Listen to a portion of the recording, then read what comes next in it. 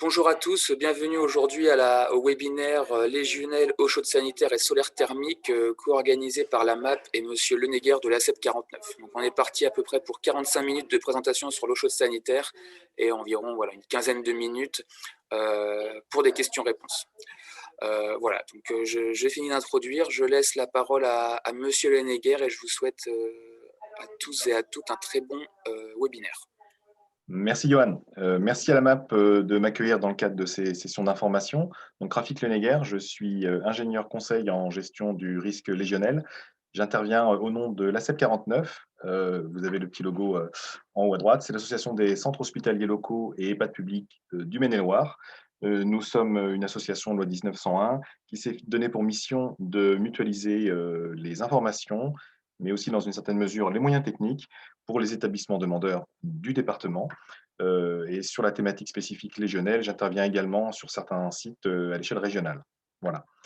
Le thème qui nous réunit aujourd'hui, c'est la gestion du risque légionnel dans le cas particulier des installations solaires thermiques. Donc, allons-y. Je vais vous faire une petite… alors, si on, voilà, le diaporama commence. Une petite introduction en deux temps, quelques généralités sur les légionnels. Vous n'apprendrez pas grand-chose, mais c'est toujours bon de faire des rappels. Également sur les principaux modes de production d'eau chaude collective, ceux que l'on trouve dans nos établissements. J'en viendrai aux principes et enjeux de la production solaire de l'eau chaude sanitaire, donc la gestion sanitaire de ce type de production un peu particulier. J'élargirai ensuite sur la gestion à l'échelle d'un établissement du risque sanitaire, donc de la production jusqu'au point de puisage. Je vous donnerai quelques pistes aussi de suivi de prévention pour assurer la qualité de l'eau justement jusqu'au point de puisage. Et puis je finirai par un petit aparté sur l'organisation et la compréhension des prélèvements légionnels. On a souvent des questions sur le sujet et parfois des surprises. Donc, la légionnelle, c'est une bactérie, donc, comme vous le savez, qui est présente dans l'eau à l'état naturel et également qui est présente dans l'eau qui vous est fournie par la ville, en faible quantité, certes, mais tout l'enjeu ensuite, c'est de s'assurer qu'elle ne se multiplie pas à des concentrations à risque, d'où une gestion complète à l'échelle d'un réseau d'eau chaude sanitaire. Les légionnelles, c'est un groupe, un genre, les Legionella, environ 50 espèces, elles-mêmes réparties en sérogroupes, en sous-espèces. La légionellose, la maladie du légionnaire, qui impose, dans notre cas, un suivi préventif, elle est provoquée par la Legionella pneumophila, sérogroupe 1. C'est celle qui apparaît et qui est titrée dans vos résultats de prélèvement légionnel et pour laquelle une valeur cible est à ne pas dépasser. Retenez simplement que toutes espèces confondues, le fait de trouver des Legionella sur votre réseau, pneumophila ou non, ça traduit malgré tout un problème quelque part, des conditions de milieu qui sont favorables à ce type de bactéries et qui, d'une fois sur l'autre, pourraient s'avérer être des pneumophilas ou non. Donc il faut agir en amont et en tout cas dès qu'on a ce type de résultat positif. Ce schéma vous présente toute la chaîne de situations qui peut aboutir à une légionellose dans nos établissements. Je ne détaille pas simplement, vous voyez ici à gauche, que si l'on maîtrise la concentration de légionelles dans les réseaux, eh bien, rien ne se passe. Donc, c'est bien là-dessus que nous allons travailler et également et principalement au niveau de la production d'eau chaude sanitaire. Ce petit graphe vous synthétise l'influence de la température sur les légionnelles. On y voit que la légionnelle se multiplie activement à partir de 20-25 degrés et jusqu'à au moins 45 degrés, avec un optimum à 35. En dessous de 20 degrés, la légionnelle survit. Elle est présente, donc, je le disais, dans l'eau de vie, elle n'est pas tuée. Et pour la tuer, il faut dépasser 50 degrés. Bien évidemment, plus la température augmente, plus on la tue rapidement. Donc la plage de température à éviter dans nos installations, c'est bien au-dessus de 20-25 degrés et ne pas être en dessous de 50 degrés pour avoir un effet bactéricide. La légionelle, au-delà de cette plage de température, a besoin de plusieurs choses pour bien se développer. Il lui faut de l'oxygène, il lui faut des ions métalliques, il lui faut du calcium, il faut également du biofilm, c'est la couche organique qui se dépose sur toutes les canalisations en eau. On y trouve beaucoup de choses, des nutriments, d'autres formes de vie, et tout ça favorise la multiplication de légionelles et l'installation de foyers de prolifération. Donc, malheureusement, comme nos installations sont des volumes importants et des organisations complexes sur le plan hydraulique, faute d'une conception et d'une exploitation rigoureuse, on a toutes les chances d'héberger des foyers de prolifération et donc d'avoir des situations à risque. Retenez également que les réseaux d'eau froide, on suit les réseaux d'eau chaude dans le cadre de la prévention légionnelle, mais les réseaux d'eau froide, dès lors qu'ils dépassent 25 degrés, sont également concernés par le développement de foyers de prolifération. Nous verrons tout à l'heure quelles conditions peuvent amener à ces températures-là. Donc, les consignes de température fixées par les arrêtés du 30 novembre 2005 puis du 1er février 2010 qui découlent de cette connaissance de la bactérie sont les suivantes. On demande à ce que l'eau chaude soit produite en permanence à plus de 55 degrés. Et dans le cas des productions discontinues, par exemple électriques en heure creuse, on demande à ce que le seuil de température soit dépassé, donc dépasse 60 degrés tous les jours pendant au moins 1 heure pour avoir cet effet bactéricide. La production, ce n'est que la première partie de la gestion, où notre eau est ensuite envoyée sur un réseau assez complexe dont on exige un maintien en température. Pardon. Ce maintien en température doit toujours être supérieur à 50 degrés en tout point du réseau. Le petit schéma qui est ici vous montre un bouclage. L'eau circule et le point le plus défavorisé, c'est le retour de boucle. Il faut que la température soit supérieure à 50 degrés en tout point, et en particulier à ce niveau-là. Une petite contrainte supplémentaire dans le cadre des bouclages, il faut que les pertes calorifiques soient maîtrisées. On n'a pas besoin d'envoyer l'eau trop chaude. Donc, un delta T, la différence entre le départ et le retour de boucle, qui ne doit pas excéder 5 à 7 degrés pour un bouclage bien conçu. Ces consignes de température de distribution créent un risque de brûlure des usagers qui impose justement la mise en place d'un mitigage terminal. L'ARS communique là-dessus depuis plusieurs années.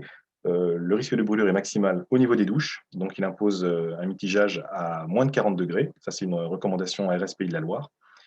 Au niveau des autres points destinés à la toilette, tels que les lavabos, une température inférieure à 50 degrés est demandée. Donc, le mitigage terminal, je vais vous en parler juste après. Simplement, une question qui revient souvent, est-ce qu'on doit mitiger dès la sortie de la production d'eau chaude sanitaire? La réponse sur le plan général est non.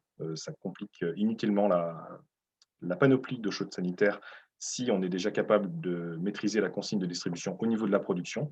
On peut fixer une consigne d'échangeur, par exemple, à 60 degrés et distribuer à cette température-là sans problème, du moment qu'on mitige au terminal. Le cas particulier, par exemple, des installations solaires thermiques, c'est qu'on ne maîtrise pas forcément la température de distribution. On peut dépasser au moment des pointes de production 70 à 75 degrés. Donc, dans ces cas, bien entendu, le mitigage général, donc en sortie de production, garde son intérêt pour écréter ces pics de température, épargner le réseau, puisque les écarts de température, ça a différents effets délétères. Et puis également, ne pas provoquer de risque de brûlure sur les robinetteries qui ne sont pas équipées en thermostatique. Comprenez simplement que cet organe de mitigage doit être bien entretenu et suivi, puisqu'il peut il peut défaillir, et puis il peut être source également de problèmes, créer des problèmes en plus au lieu d'en résoudre. Voilà. Le mitigage terminal, j'en parlais et j'en fais une petite parenthèse, puisque là aussi la question revient souvent. Donc je répète, au niveau des douches, l'ARS recommande la mise en place de mitigeurs thermostatiques pour avoir une distribution inférieure à 40 degrés, pouvoir la maîtriser, on a une petite butée. Et puis, parce que ces robinetteries intègrent également une protection contre le risque de brûlure, elles ne permettent pas de délivrer de l'eau à plus de 50 degrés. Et pour les autres points, tels que les lavabos des chambres, par exemple, un thermostatique est peut-être un petit peu excessif. On peut tout à fait assurer un mitigage terminal à l'aide d'un mitigeur monocommande, hein, gauche-droite, du moment qu'il intègre une butée mécanique sous la forme généralement d'une petite bague crantée qu'il s'agit de régler empiriquement. En fonction de notre température de distribution, on va arrêter la butée de la robinetterie vers l'eau chaude pour s'assurer que le mélange ne dépasse pas 50 degrés. Ce n'est pas très précis, c'est à quelques degrés, ça demande un petit peu de test, mais une fois que c'est réglé et que la température de distribution ne bouge pas, on a une protection contre les brûlures tout à fait satisfaisante. Quelques mots sur les différents types de production d'eau chaude sanitaire que l'on rencontre dans les établissements collectifs et notamment de santé et médico-sociaux. Il y en a 3 principaux, hein. C'est la production instantanée, un échangeur à plaques tout seul, suffisamment puissant pour assurer toutes les demandes de pointe, dont la source d'énergie peut être variable. En général, ils sont directement sur les chaudières, et on peut parfois avoir un petit stock tampon du côté de la source de chaleur pour justement ne pas trop solliciter les chaudières. On peut avoir un peu une production semi-instantanée ou semi-accumulée. Un échangeur est associé à un ballon d'eau chaude. Vous allez voir des exemples juste après pour le stockage. Et puis, le troisième cas, c'est la production accumulée, plus d'échangeurs à plaques, uniquement des préparateurs de chaude sanitaire, donc un volume de chaude sanitaire plus conséquent pour assurer tous les besoins de la journée. Et puis, un fonctionnement en continu ou en heure creuse selon la source d'énergie, notamment l'électricité. Voici un échangeur à plaques. Je pense que vous connaissez tous cet organe. J'insiste simplement sur le fait que c'est un organe qui permet de chauffer instantanément l'eau. Et surtout, c'est un organe qui assure une fonction très intéressante de découplage, c'est-à-dire qu'il n'y a jamais de contact entre le fluide primaire, celui qui nous amène les calories, et le fluide secondaire, celui que l'on veut réchauffer, notamment ici dans notre cas, l'eau froide. Cette fonction sera très intéressante dans le cas des installations solaires thermiques. Nous le verrons tout à l'heure. Un exemple de schéma de principe d'une production instantanée. Le pointillé délimite tout ce qui est à droite et qui concerne l'eau sanitaire, sur laquelle la gestion du risque légionnel doit être assurée. Tout ce qui est à gauche de l'échangeur à plaques, c'est de l'eau technique, donc on ne s'occupe pas de savoir quelle est la qualité de l'eau. Voilà. Ce cas de figure, c'est le cas le plus simple pour la gestion du risque légionnel. Pas de stock d'eau, donc pas de risque de prolifération. L'eau froide est chauffée instantanément. Le deuxième cas de figure, c'est la production semi-instantanée ou semi-accumulée. La différence entre les deux, c'est le volume de stockage, qui dans un cas ne doit assurer que des points de demande et dans l'autre cas, une bonne partie des demandes de la journée. Là, vous voyez, alors on a une panoplie un petit peu plus conséquente, mais le plus important, c'est qu'on a surtout un ballon de stockage d'un volume variable, mais sur lequel, bien évidemment, on ne maîtrise pas forcément la température. Il peut y avoir un gradient et sur lequel il va falloir assurer un minimum de surveillance sur le plan de la gestion du risque légionnel. Donc, je vous détaillerai juste après comment doit être équipé un tel ballon et ce qu'on doit y faire avec quelle fréquence. La production accumulée, c'est le troisième cas, donc davantage de stock d'eau chaude sanitaire, donc davantage de maintenance à assurer pour prévenir le risque légionnel. Sur le principe, c'est la seule différence avec les cas précédents. On peut également avoir un fonctionnement en continu ou en heure creuse. Donc, fonctionnement en heure creuse, il faut s'assurer que la température soit maintenue jusqu'au moment de la reprise.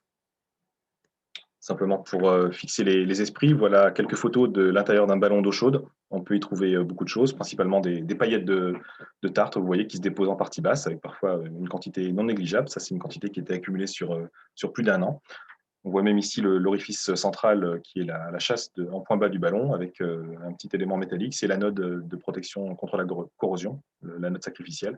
Donc beaucoup de choses peuvent tomber au fond du ballon et bien évidemment créer des conditions favorables à la prolifération des bactéries. Ça les protège et ça les nourrit.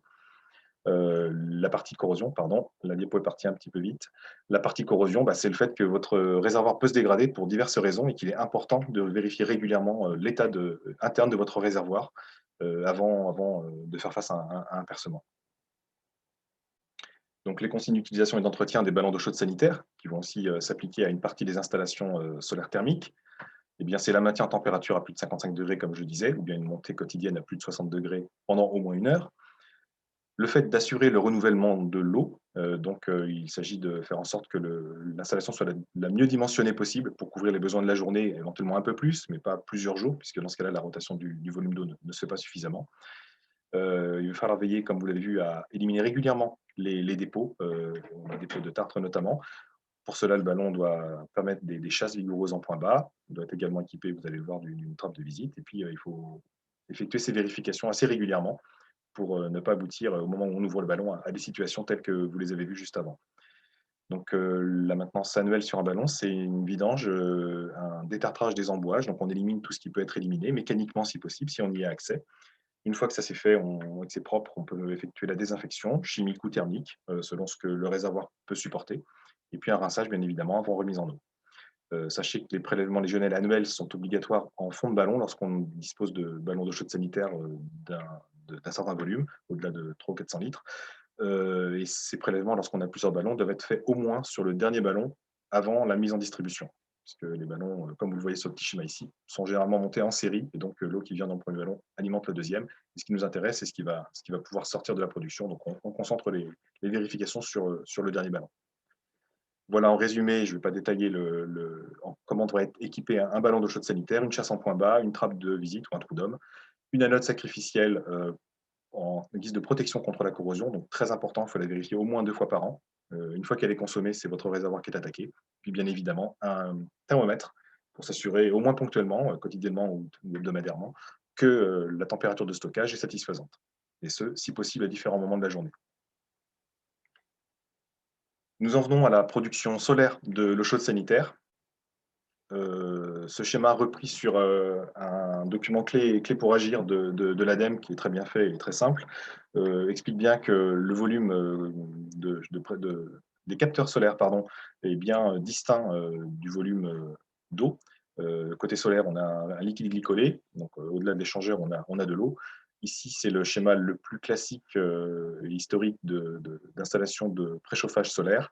On a un premier réservoir ou plusieurs, donc un stockage de préchauffage. L'eau, les calories transmises par le capteur à l'eau sont stockées dans des ballons d'un certain volume pour assurer le maximum d'échange. Et puis l'appoint, donc comme on a besoin d'avoir une production d'eau chaude à une température constante, est assuré par une production sanitaire telle que celle qu'on a pu voir juste avant. L'inconvénient de ce schéma classique, c'est que la température de préchauffage n'est pas maîtrisée, mais concerne un volume conséquent. Donc toute la difficulté va être de s'assurer que la gestion du risque légionnel est bonne au niveau du préchauffage pour ne pas créer de risque en aval sur le ballon sanitaire, puis sur le réseau. Voilà, résumer les enjeux dont je vous parlais. La température étant très variable, on ne peut pas garantir la prévention du risque légionnel dans les ballons de préchauffage solaire. D'un autre côté, ces ballons peuvent atteindre des pics de production à plus de 70 degrés qui peuvent pour le coup créer un risque de brûlure qu'on vient de gérer également. Cette production étant basée sur l'accumulation, on a des installations avec un encombrement conséquent, hein, des gros ballons de 2 mètres cubes, 2 mètres cubes et demi. Ces ballons, s'ils sont, comme on l'a vu sur le précédent schéma, en eau sanitaire, doivent faire l'objet de la maintenance que je vous ai présentée, donc nettoyage annuel, désinfection, éventuellement prélèvement légionnel. Toute la question étant de savoir comment on peut maîtriser le risque légionnel dans un grand volume d'eau dont on ne maîtrise ni la température ni le comportement hydraulique. Vous comprenez par là le brassage. Donc tout l'enjeu dans ces cas-là, c'est que comme les ballons solaires sont suivis d'un ballon sanitaire, il faut que le ballon sanitaire chauffé à 60 degrés soit capable d'éliminer les éventuelles bactéries produites dans les ballons de préchauffage. Mais pour cela, il faut s'assurer que l'eau séjourne pendant suffisamment longtemps et à une température suffisante pour avoir cet effet bactéricide. Bien entendu, dans chaque cas, il faut se demander si les ballons de préchauffage solaire sont même conçus pour permettre une maintenance préventive. Voici, pour fixer un peu les esprits, être un peu concret, une photo d'une installation de ce type-là. Vous avez 9 mètres cubes d'eau sanitaire. Le premier ballon numéro 1 ici est alimenté en eau froide. Vous avez les échangeurs solaires complètement à gauche. Tout ce qui est à droite du pointillé, c'est du volume sanitaire.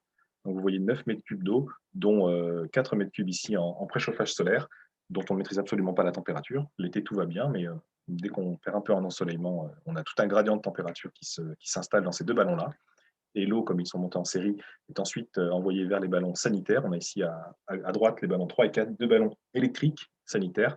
Alors un très gros volume sanitaire, c'est assez particulier comme installation. Elle est très largement surdimensionnée pour être clair. On a un EHPAD de 75 lits avec 5 mètres cubes d'eau sanitaire, c'est énorme. Et donc ces ballons sanitaires, dans ce cas précis, leur inertie permet de s'assurer qu'en sortie du ballon 4, on a toujours de l'eau à 60 degrés et que le temps de séjour a été assuré puisque ces ballons sont capables de fournir de l'eau pour au moins 2 jours pour l'installation, si ce n'est plus.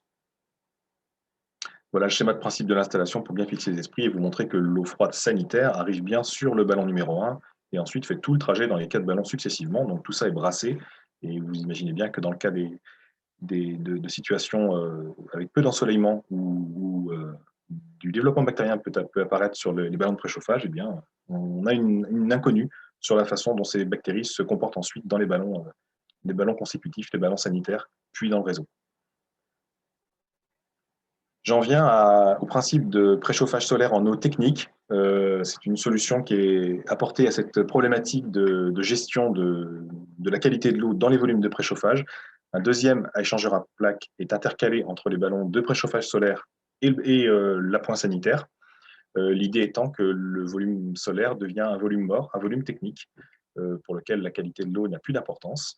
Et donc le volume sanitaire, lui, est réduit. Et on revient sur les situations classiques que je vous présentais au début, les productions type instantanées, semi-accumulées ou accumulées.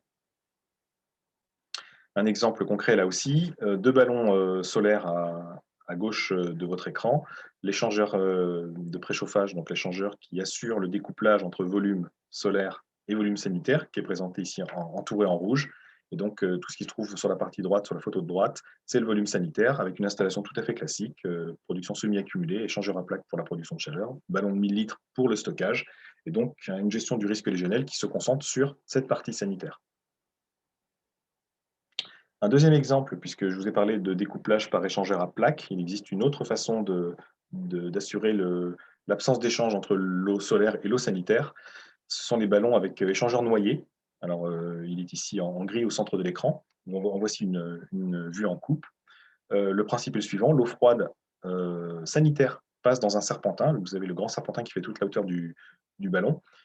Le serpentin au centre, c'est celui dans lequel transite le liquide glycolé qui provient des capteurs solaires, donc celui qui est caloporteur. Les calories en provenance du capteur sont transmises au volume même du ballon, qui est un volume mort. Et ce volume mort transmet ses calories au serpentin sanitaire. Et donc ensuite, on a préchauffage lorsque les calories sont disponibles. Puis on retombe sur une installation complètement classique avec échangeur à plaque, puis ballon tampon de 500 litres dans ce cas-là. Donc un volume sanitaire réduit, 530 litres. Et aussi une gestion du risque légionnel facilitée. J'ajoute à ces différentes configurations une configuration qu'on commence à voir de plus en plus et qui a un intérêt certain, c'est le fait d'utiliser le préchauffage solaire pour les calories disponibles pour le maintien en température du réseau, donc pour le bouclage d'eau chaude sanitaire.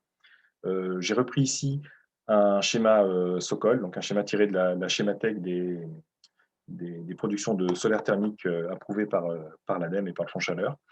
Dans ce cas précis, le bouclage est renvoyé uniquement vers l'appoint et en partie vers le multijage. C'est un montage tout à fait normal.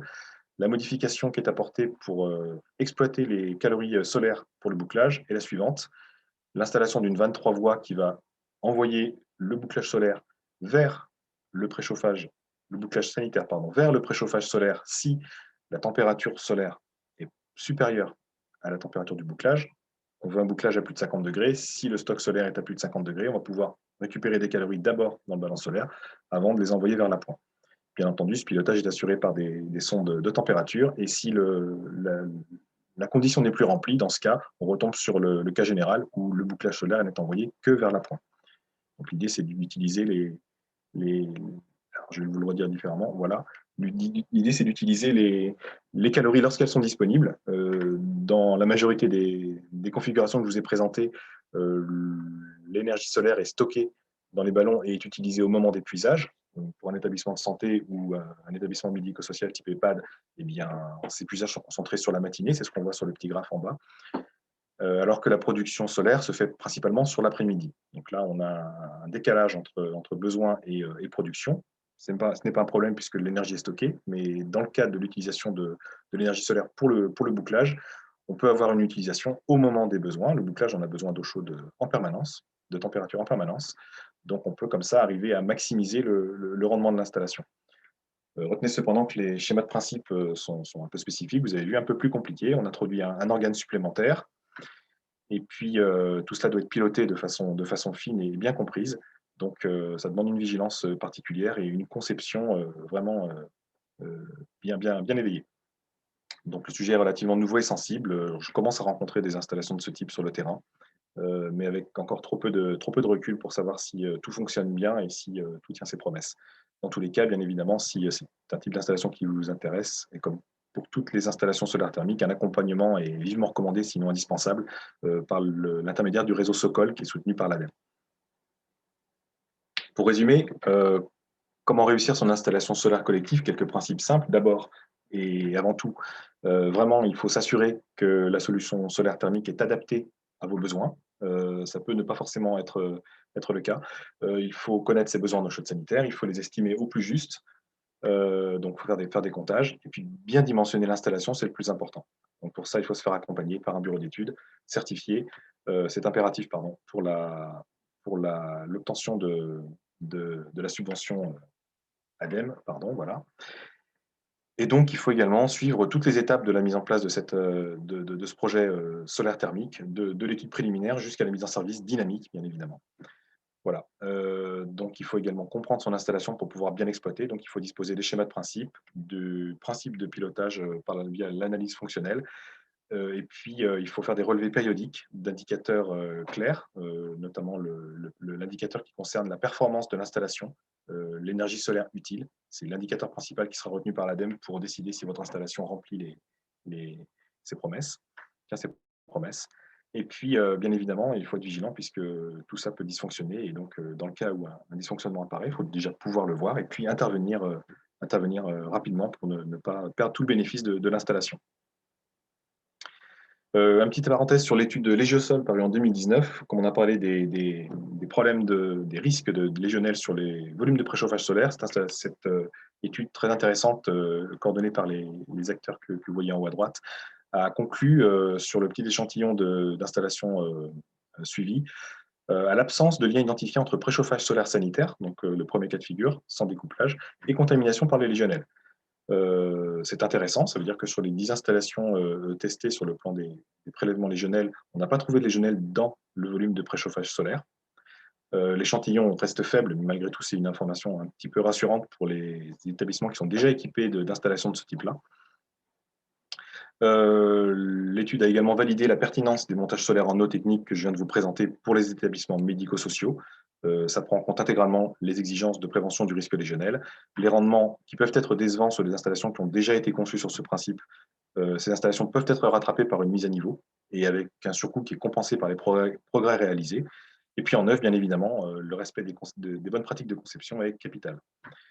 Les préconisations techniques émises pour les installations neuves, c'est un dimensionnement au plus juste et puis une stratégie de pilotage fine et optimisée au point de vue du découplage et donc de l'échangeur solaire. Et dans ces conditions, il y conclut que le solaire en eau technique serait aussi compétitif qu'une installation classique. Donc c'est un argument fort en faveur de la conciliation possible des objectifs économiques et sanitaires. Est-ce que vous avez des questions à ce stade ? Moi, j'ai des petites questions que je poserai en fin de présentation, mais voilà, j'ai 3-4 questions. Je profite d'apprendre également pour poser mes questions. Bien. Dans ce cas-là, je vous propose de continuer, de prendre un petit peu de hauteur.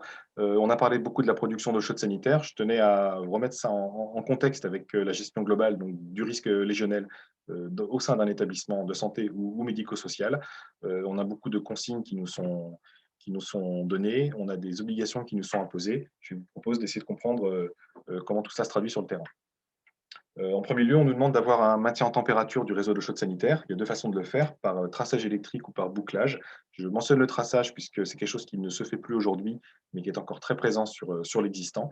Le principe, c'est l'utilisation d'un cordon chauffant électrique qui chauffe à une consigne donnée et qui est appliqué contre la canalisation, l'ensemble étant calorifugé.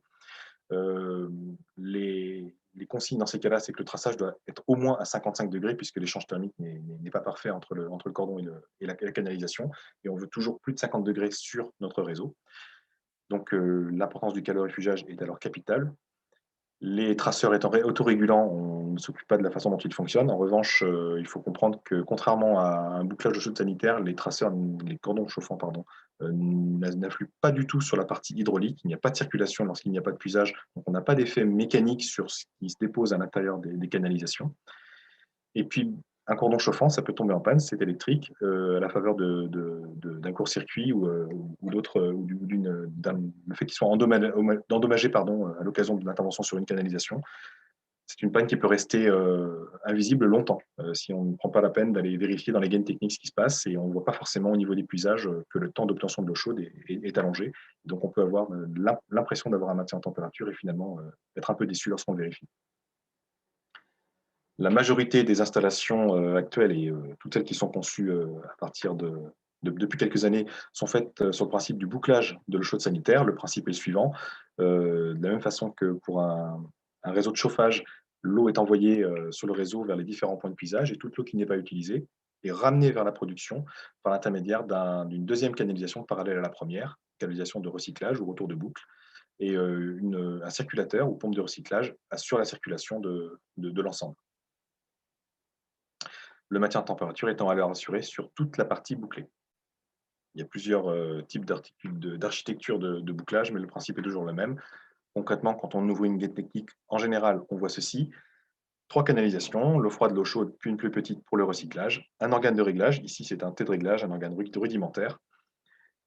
Et puis, donc le maintien en température ça est assuré sur toute la partie colonne, mais pas bien sûr sur la partie terminale.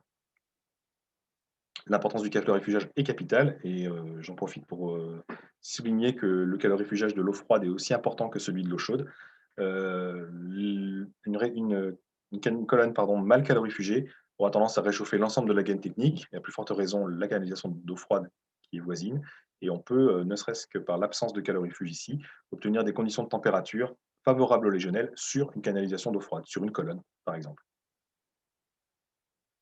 Les points clés d'un bouclage de chaude sanitaire efficace, les consignes de température, on y revient toujours. Plus de 55 degrés en départ de boucle, on va viser les 60 degrés par sécurité, se donner une petite marge de sécurité.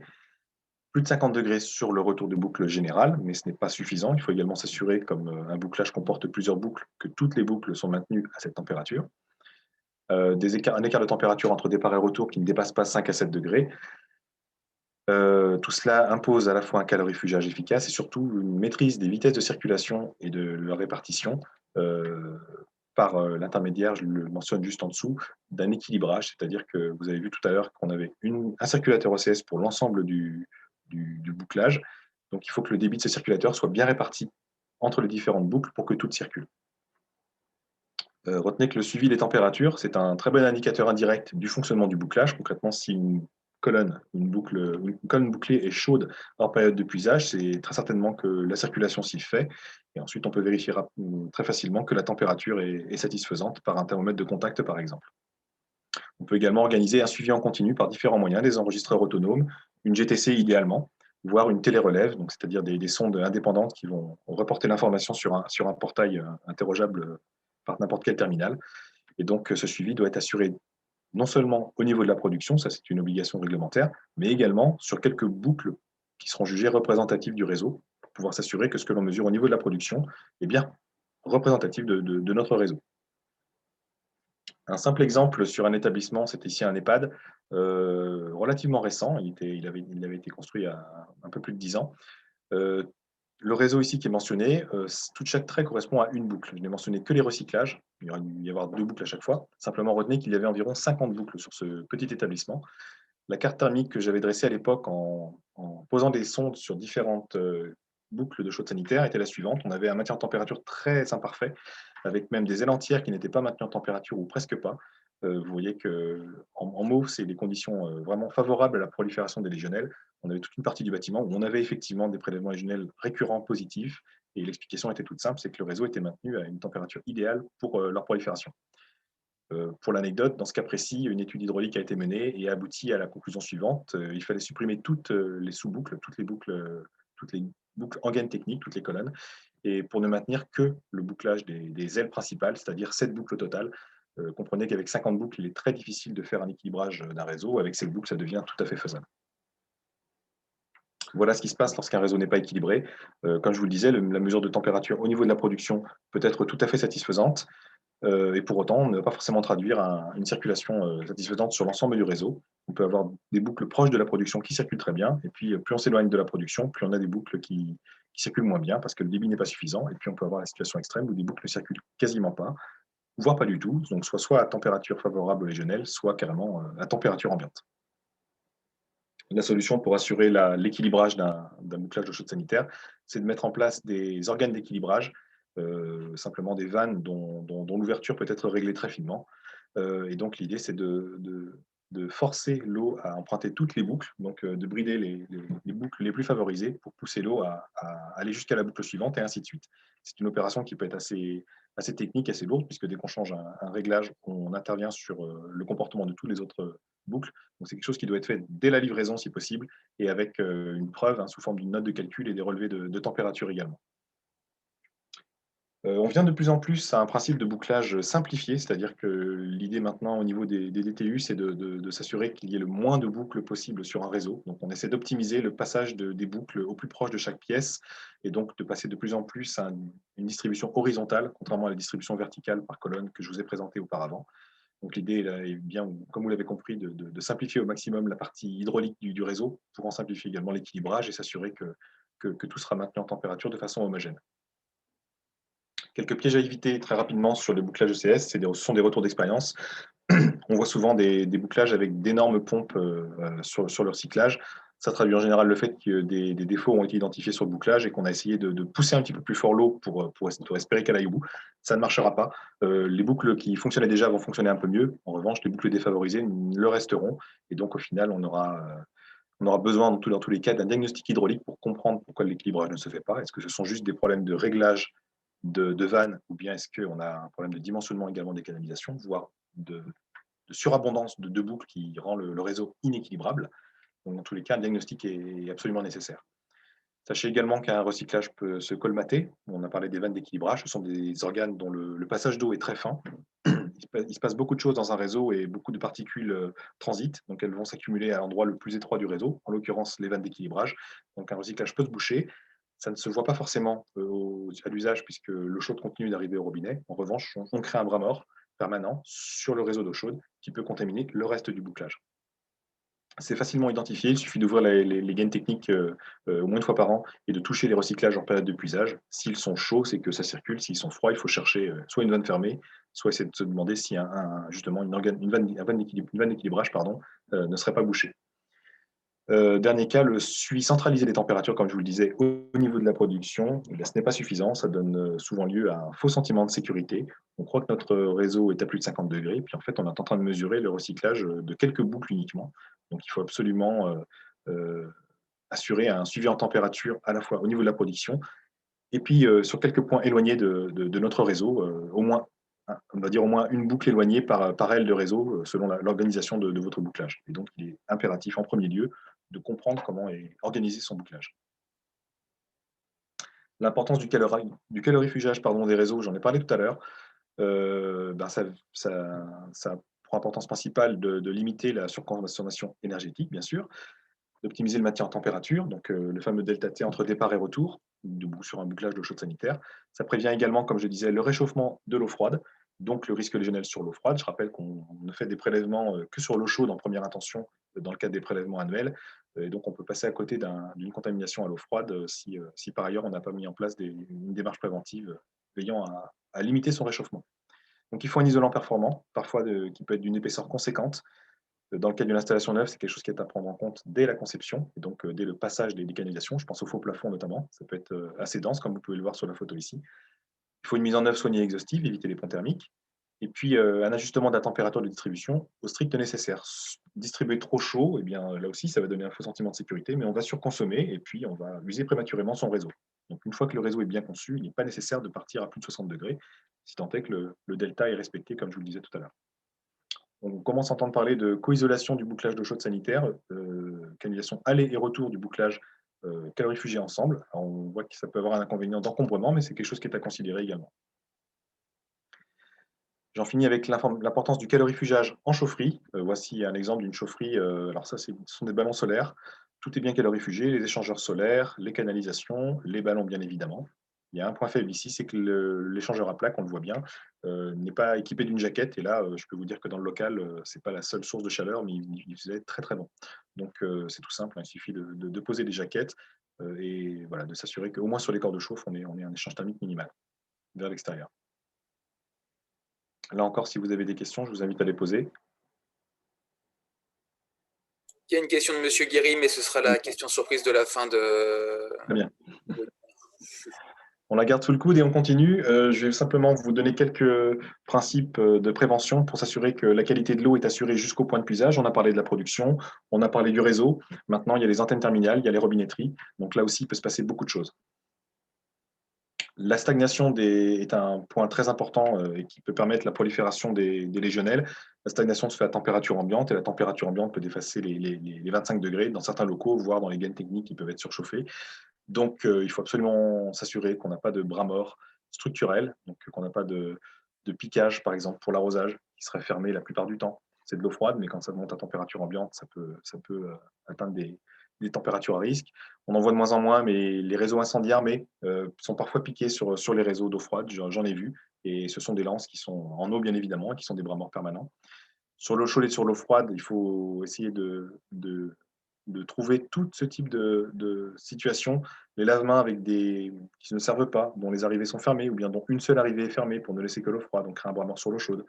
tout ce qui est antennes bouchonnées, des points d'eau qui étaient prévus et qui n'ont pas été posés sur du neuf, ou bien des points d'eau qui ont été supprimés dans des locaux qui ont été réaffectés. Tout ce qui est douche inutilisée, on en voit pas mal dans certains vestiaires ou bien dans certains locaux qui ont été réaffectés également. Je n'insiste pas, mais sachez que pour tous ces points-là, il faut les supprimer chaque fois que possible, au plus près du réseau utilisé. Et puis, pour ceux qu'on doit conserver, par exemple les douches, il faut s'assurer que ce soit puisé régulièrement. Je vais y venir. Je continue avec les bras morts fonctionnels. Une chambre inoccupée, c'est un exemple très classique. Dans un EHPAD, un résident est hospitalisé pendant plusieurs semaines. L'eau stagne tout le temps de son séjour à l'hôpital. Et lorsqu'il revient, eh bien, le bras mort a eu le temps de s'installer à la fois sur l'eau froide et sur l'eau chaude. Donc, même si les antennes terminales sont courtes, quelques mètres, eh bien, c'est largement suffisant pour accueillir un foyer de prolifération à une concentration suffisante pour créer un risque de contamination. Toujours sur les bras morts fonctionnels, donc je vous parlais du puisage régulier. Le principe est le suivant, c'est que tout ce qui n'est pas ici maintenu en température est un bras mort potentiel s'il n'est pas utilisé. Donc il faut faire couler régulièrement, je vais y venir, et tout ce qui ne coulera pas deviendra une antenne stagnante et donc potentiellement pourra accueillir un foyer de prolifération de légionnaires. Prévenir la contamination terminale, c'est aussi entretenir les éléments terminaux, donc quelques photos un peu représentatives, c'est pas si caricatural que ça. On peut avoir des brise-jets énormément entartrés et puis des pommeaux à plus forte raison. Le brise-jet, on expose rarement tout son corps et on s'approche rarement suffisamment pour être exposé à des micro-gouttelettes contaminantes, mais malgré tout, ne serait-ce que visuellement, ce n'est pas terrible. Et puis, pour une personne en fauteuil qui prend sa toilette au lavabo, ça peut constituer un risque. Le tartre est encore une fois une niche pour les bactéries. Donc ça, c'est à proscrire. Au niveau des pommeaux, l'entartrage a à la fois une double fonction. À la fois, il héberge les légionelles et puis il réduit la taille des orifices et donc il favorise l'aérosolisation. On crée des gouttelettes plus petites qui ont plus de risque d'être inhalées. Donc là aussi, entretien nécessaire au niveau des pommeaux. L'entretien, normalement, c'est un nettoyage, détartrage puis désinfection. C'est compliqué à faire sur des pommeaux déflexibles. La plupart des établissements basculent sur l'utilisation de consommables, des kits pommeaux plus flexibles, jetables, donc à renouveler tous les ans. C'est simple, c'est peu de temps d'intervention. Il y a une garantie d'efficacité, ce qui n'est pas forcément le cas avec un trempage pour détartrage puis pour désinfection. Il y a une traçabilité facilitée par un code couleur d'une année sur l'autre. Le gros inconvénient, c'est la durabilité. On jette au bout d'un an des éléments qui sont parfaitement utilisables, hein, ils ne sont pas du tout abîmés, simplement ils sont souillés. Le biofilm s'est développé à l'intérieur du flexible, à l'intérieur du pommeau, et donc on ne peut pas se permettre de conserver ces éléments, de risque de polluer nos prélèvements derrière dans un premier temps, et puis de créer un risque d'exposition pour les utilisateurs. Il reste à imaginer une alternative qui soit durable et sans compromis sur la sécurité sanitaire. Pour l'instant, nous sommes ouverts à toute proposition. Limiter les débits, est-ce que c'est une bonne idée? Alors, bien évidemment, on va chercher à gérer les consommations d'eau à l'échelle d'un établissement. Simplement, il faut garder à l'esprit que pour certains usages, un débit trop restreint va constituer un inconfort. Il faudra plus de temps pour remplir une bassine, par exemple. Il faudra plus de temps pour que l'eau chaude arrive jusqu'au robinet. Donc, tout cela doit faire la place à une étude préliminaire, hein, une étude test sur quelques points d'eau représentatifs. Et en général, ce qu'on trouve, c'est qu'une réduction de débit à 6 à 8 litres minute, ça permet à la fois de conserver un confort d'utilisation et de faire malgré tout des économies. Donc là, on parlait des lavabos. Au niveau des douches, alors j'en parle parce que vous êtes certainement démarché depuis un certain temps par des prestataires qui vous proposent gratuitement des pommes de douche avec réduction de débit, et également les fameux brise-jets dont je viens de vous parler. Posez-vous la question si la réduction de débit au niveau de la douche est une bonne idée. Là aussi, vous allez avoir un temps d'obtention de l'eau chaude qui va être maximisé. Et puis, il y a un autre problème, c'est que lorsqu'on empêche l'eau de sortir au niveau du pommeau, ce qui est le cas dans le cas d'une réduction de débit, l'eau arrive dans le flexible mais ne peut pas sortir du pommeau à la force, au débit souhaité, on crée un risque d'interconnexion, c'est-à-dire de retour d'eau froide ou d'eau chaude dans le réseau d'eau chaude ou d'eau froide. L'eau va chercher un chemin, et si la douche ne permet pas à l'eau de sortir au débit voulu, si un autre point d'eau est ouvert un peu à côté, eh bien, on va siphonner de l'eau froide dans l'eau chaude ou de l'eau chaude dans l'eau froide. C'est du vécu. Au niveau du lavage des mains, les économies d'eau peuvent se faire ne serait-ce qu'en maîtrisant la durée du puisage, donc des robinetteries temporisées, ou bien en limitant le débit par un levier avec un point dur.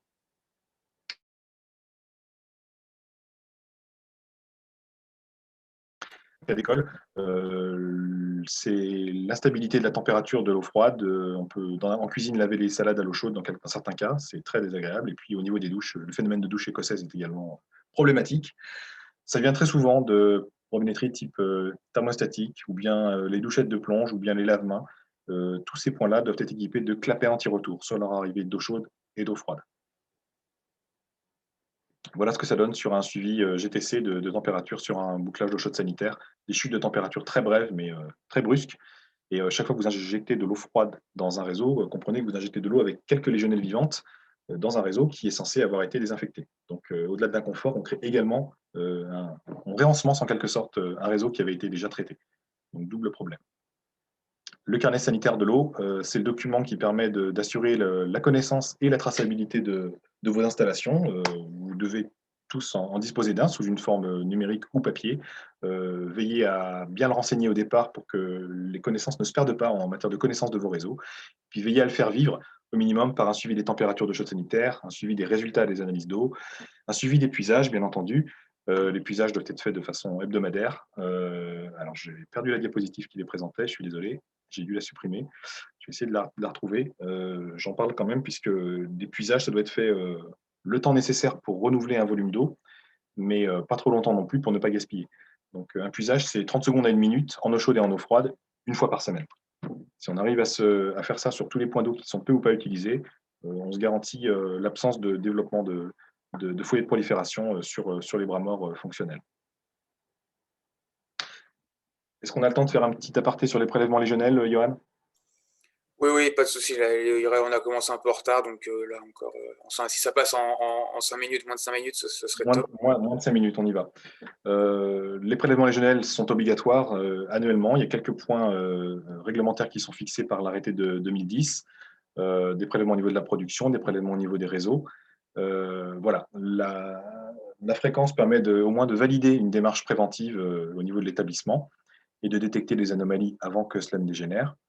Leur nombre, veillez quand même à le limiter au strict nécessaire. Donc, il faut une stratégie de prélèvement qui permet d'identifier les quelques points vraiment représentatifs de votre réseau qui vont vous permettre d'avoir un premier cliché. Si des points s'avèrent positifs au niveau des prélèvements, il sera toujours temps d'affiner un petit peu le diagnostic. Mais voilà, au moins, il faut faire le fond du dernier ballon d'eau chaude sanitaire, le recyclage d'eau chaude sanitaire générale, donc au niveau de la production. Il peut y avoir plusieurs recyclages si le bouclage est séparé en plusieurs parties. Si vous n'avez pas déjeuné à ce niveau-là, il y a peu de chances que vous en ayez sur votre réseau. Et puis, au moins une chambre éloignée par potion de bouclage d'eau chaude sanitaire. On va prélever en sortie de douche pour tester l'exposition des résidents. Et donc, on a souvent des surprises à ce niveau-là, puisqu'un réseau parfaitement exempt de légionnelle peut malgré tout donner au niveau d'un puisage à la sortie d'une douche des prélèvements très mauvais, tout simplement parce que la douche, pommeau et flexible, ont été contaminés, n'ont pas été nettoyés ou remplacés. On parle de dépassements de valeurs cibles qui peuvent atteindre plusieurs centaines de milliers de légionnelles par litre. Les conditions de prélèvement, je n'y reviens pas, elles sont fixées par une norme et puis elles sont appliquées par les laboratoires accrédités COFRAC. Simplement, au niveau de la lecture des résultats, je vous invite à contextualiser sans se précipiter. C'est-à-dire qu'un dépassement de la valeur cible n'appelle pas forcément des actions correctives lourdes, du moins pas dans l'immédiat. Il faut déjà vérifier que ce sont des Legionella pneumophila ou pas. Est-ce qu'on dépasse la valeur cible de beaucoup ou pas? Sur combien de points? Est-ce que la contamination est générale? Auquel cas, le réseau peut être touché ou localisé, auquel cas, ça peut être le fruit d'une stagnation très localisée sur une ou quelques chambres. Donc là aussi, une fois qu'on a compris d'où venaient les légionelles, on adapte l'action corrective et pas l'inverse. Pas question de faire un choc thermique dès qu'on a un dépassement de valeur cible. Voici les concentrations tolérées pour les EHPAD et pour les établissements de santé. Comprenez bien qu'elles sont différentes. Certains EHPAD se voient recevoir des résultats de prélèvement qui appliquent la valeur cible des établissements de santé, donc ça donne lieu à certains moments de panique. La valeur cible, c'est donc inférieur à 1000 Legionella pneumophila par litre pour les EHPAD. Les établissements de santé sont plus stricts, puisqu'ils hébergent beaucoup de personnes immunodéprimées strictes. Donc là, dans le cas des établissements de santé, il ne faut pas de Legionella détectable dans les prélèvements. Dans le cas d'un dépassement de seuil, à chaque fois, on se pose la question déjà d'où ça peut venir. Donc, on remet en question l'efficacité de son maintien en température, de ses puisages, et puis on essaie d'identifier un périmètre avant d'engager des actions correctives. Je vous remercie pour votre attention. Voici les contacts à 749, moi-même et le président de l'association, M. Bruyant. Merci beaucoup, Rafik. Parfait. Merci beaucoup, très clair. Donc, voilà, donc il y a une question pour l'instant là que je vais dire. Si vous en avez d'autres, expliquez pas, n'hésitez pas, pardon, à les poser maintenant. Donc, en gros, c'est une question là de Monsieur Guéry du CHU d'Angers qui, en gros, combien coûte le kilo, enfin, combien permet d'économiser le kilowattheure solaire par rapport à un kilowattheure, on va dire, classique, mais en prenant en compte tout ce qui est aspect maintenance, pompe de transfert, etc., etc. Est-ce que tu as du retour d'expérience là-dessus? Est-ce qu'on s'y retrouve, voilà, en cumulant le solaire, mais en rajoutant les pompes et le coût de la maintenance? Alors, sur le principe, je dirais qu'on s'y retrouve, puisque notamment comme l'exposait l'étude Les Jeux Sols, on avait effectivement des installations, enfin, des complexités d'installation qui contrebalançaient notamment des frais d'exploitation qui pouvaient être plus lourds. Je n'ai pas de données chiffrées à vous soumettre. Ça doit se retrouver assez facilement par l'intermédiaire de l'ADEME qui doit communiquer là-dessus. L'important, ce qu'il faut retenir, c'est que le solaire thermique est bien adapté aux besoins en eau chaude sanitaire des établissements de santé et EHPAD. Mais tout cela dépend bien évidemment de la bonne conception de l'installation. L'investissement sera maîtrisé si l'installation est bien dimensionnée et si elle est bien exploitée, bien évidemment. Je vous parlais des consignes qu'il ne faut pas paramétrer de façon excessive. Et donc, si tout cela est bien fait et bien suivi, donc l'importance du suivi est capitale pour s'assurer que les rendements sont au rendez-vous, dans ce cas-là, oui, c'est une option intéressante. Voilà, et je peux approfondir, hein. Donc là, il y a aussi Atlanson sur la région qui est là pour faire des notes d'opportunité solaire. Et quand on fait une note d'opportunité solaire ou une étude de faisabilité, on prend en compte ces coûts de maintenance, de surplus de consommation, etc. Et on fait des histogrammes chacun sa tranche de coûts. Et subventions ADEME. Et les subventions ADEME permettent effectivement de retomber sur nos pieds concernant par exemple une solution gaz naturel classique. Voilà, il y a des retours d'établissement, une fois de plus, si on se fait bien accompagner, si on dimensionne bien les ballons, si tout est bien fait par des gens compétents, et que c'est bien instrumenté, qu'on peut le suivre. J'ai X exemples d'EHPAD qui ont réduit leur consommation de chaude sanitaire de 35 à 40% en mettant du solaire thermique. Là, je parle bien en kilowattheure. Euh, donc voilà, quand c'est bien fait, ça marche. Un petit mot là-dessus, il faut savoir que quand c'est bien fait, ça marche. Ok, comment je sais qui fait bien quoi? Sachez qu'en région Pays de Loire, il y a le réseau énergie renouvelable de l'ADEME qui sont là pour vous aider au niveau technique, administratif, juridique et financier, aussi bien sur le solaire thermique que la géothermie, euh, que le bois énergie. Donc voilà, c'est des gens qui sont là sans frais pour vous, hein. C'est vraiment un relais pris en compte par l'ADEME et ils sont là pour vous aider sur tous vos projets d'énergie renouvelable et aussi pour l'aspect subvention. Subvention, qu'est-ce que c'est? C'est jusqu'à 70% d'aide sur les études et jusqu'à 50% d'aide à l'investissement. Là, je parle sur les installations neuves. Depuis peu, l'ADEME a mis un appel à projet expérimental qui est sur les installations solaires thermiques existantes. Où là, pareil, maintenant, on peut venir vous aider pour financer l'étude, le diagnostic, et financer également une partie des travaux suite à ce diagnostic. Donc n'oubliez pas ça, ayez bien ça en tête, hein. Sur le neuf ou l'existant en solaire, il y a du monde et des subventions qui sont là. N'hésitez pas à me contacter pour que je vous donne le contact si vous êtes intéressé. Rapidement, Rafik, là, pour être sûr de bien avoir compris quelque chose, parce que moi je le vois souvent en chaufferie, hein, des températures de départ de ballons d'eau chaude sanitaire à 70 degrés et des retours de bouclage à 65. Là, on est d'accord, hein, dans tous les cas, c'est pas en augmentant ça qu'on va enlever la légionnelle. S'il y a un problème de bras mort derrière ou autre, c'est pas en passant à 70 degrés qu'on va régler tout ça. Donc, est-ce qu'on peut dire un peu une généralité en disant que si on est sur un 65-60, on est bon? 60-55, on est bon. La marge de sécurité, elle est déjà assurée par le fait qu'on demande un maintien à plus de 50 degrés. Donc, encore une fois, un réseau bouclage notamment bien conçu et où les parts calorifiques sont maîtrisées. En partant à 60, on a de toute façon des températures satisfaisantes. L'effet bactéricide, il est assuré par le fait que le maintien il est permanent. Donc à 60 degrés, on le dit souvent pour les productions, il faut 1 heure pour abattre une population de légionelles. Sur un réseau, le maintien en température étant permanent, même des légionelles qui auraient pu se développer dans quelques foyers ponctuels seront tués au moment du passage dans le bouclage. Ça n'exempte pas, encore une fois, et j'insiste à chaque fois sur le fait qu'il faut assurer la qualité jusqu'au point de puisage. Donc les derniers mètres sont très importants. Mais sur la partie maintenue en température, dès lors qu'on s'assure que le maintien en température est homogène et qu'il est supérieur à 50 degrés avec une petite marge de sécurité au moment d'épuisage important, il est absolument effectivement inutile et excessif de distribuer à des températures largement supérieures à 60 degrés. On use l'installation, on crée des risques de brûlure, enfin voilà, que les inconvénients, on surconsomme bien évidemment. Ok.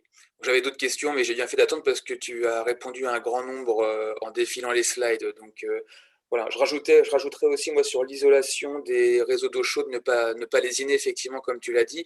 Je rajouterais aussi, ça permet aussi d'améliorer l'inconfort estival, hein. Réseau mieux isolé, moins dégagement de chaleur et moins chaud en été, hein. C'est peut-être pas grand-chose, mais ça plus ça plus ça, on peut quand même gagner des degrés ou des demi-degrés précieux en période de forte chaleur. Rapidement aussi, hein, là c'est plutôt Atlanson, le retour d'Atlanson que j'évoque. On pense souvent en production d'eau chaude sanitaire, c'est le puisage d'eau chaude qui consomme. On peut tomber sur des cas, le bouclage consomme quasiment autant que le puisage, hein. Sur 100%, entre puisage et bouclage, on est sur un 50-50, hein. Donc c'est vraiment important d'optimiser son bouclage, hein. C'est pas que l'eau chaude qui coule du robinet qui consomme, hein, le fait de circuler aussi. Donc une fois de plus, ne pas lésiner sur l'isolation et aussi l'échangeur. 90-95% des échangeurs à plaques, je pense, ne sont pas isolés. Ce qui est fort dommage. On a beau faire tout bien les points singuliers et compagnie, si on oublie ça, ça pique un petit peu. C'est un petit peu dommage. Enfin bon, ça tu l'as dit, hein, je ne fais que répéter. Effectivement, hein, l'étude Légiosol aussi qui va être prouvé que le solaire ne crée pas de légionnelle. Enfin voilà, c'était mes questions, mais tu as tout très bien balayé et tout très bien expliqué, donc je n'en rajoute pas. Est-ce que tu veux reprendre vite fait 2 minutes pour présenter l'ACEP 49 et les prestations? Si vous avez voilà, 2 minutes, on a commencé à 10h05, donc à 11h05, donc on peut se dire encore 2-3 minutes, si ça ne vous dérange pas, pour voilà, évoquer un peu ce que fait l'ACEP au niveau départemental et ce que peut proposer aussi l'ACEP au niveau régional. Ça peut vous intéresser. Très rapidement, la CEP 49, c'est donc une association, c'est un réseau territorial de 23 établissements adhérents en Maine-et-Loire, soit près de 4000 lits. Les établissements, c'est centres hospitaliers locaux et EHPAD principalement. Dans le cadre de la prestation légionnelle dont je suis en charge, c'est également un peu plus d'une vingtaine d'établissements répartis sur les 4 autres départements. L'idée, le concept fondateur de l'ACEP, c'est de mutualiser les connaissances et les moyens. On cherche à partager des expériences. Les directeurs d'établissement sont souvent isolés et doivent faire face à des problématiques très variées. Donc, la mise en réseau est une ressource vraiment très appréciée.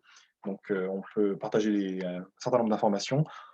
On essaie également d'organiser des achats mutualisés. Donc, on a une personne sur ce poste. Le risque légionnel, c'est un besoin technique pour tous ces établissements. Et donc, on a créé cette prestation justement pour répondre à cette demande, cette exigence réglementaire. Concrètement, je sers d'interlocuteur entre les établissements et les différents acteurs. On a également une volonté de promouvoir le développement durable, la construction et transition énergétique, la restauration collective et le management de l'énergie et de l'eau.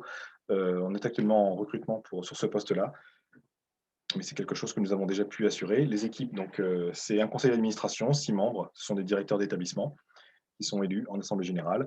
Les réseaux, donc, c'est des acteurs de différents métiers communs à chaque établissement, les cadres de santé, qualiticiens, animateurs, psychologues, ressources humaines. On crée un certain nombre de groupes de travail en fonction des demandes. Donc, on a une mise en réseau qui fonctionne bien et notamment une utilisation massive de l'outil Teams qui est antérieure au confinement même.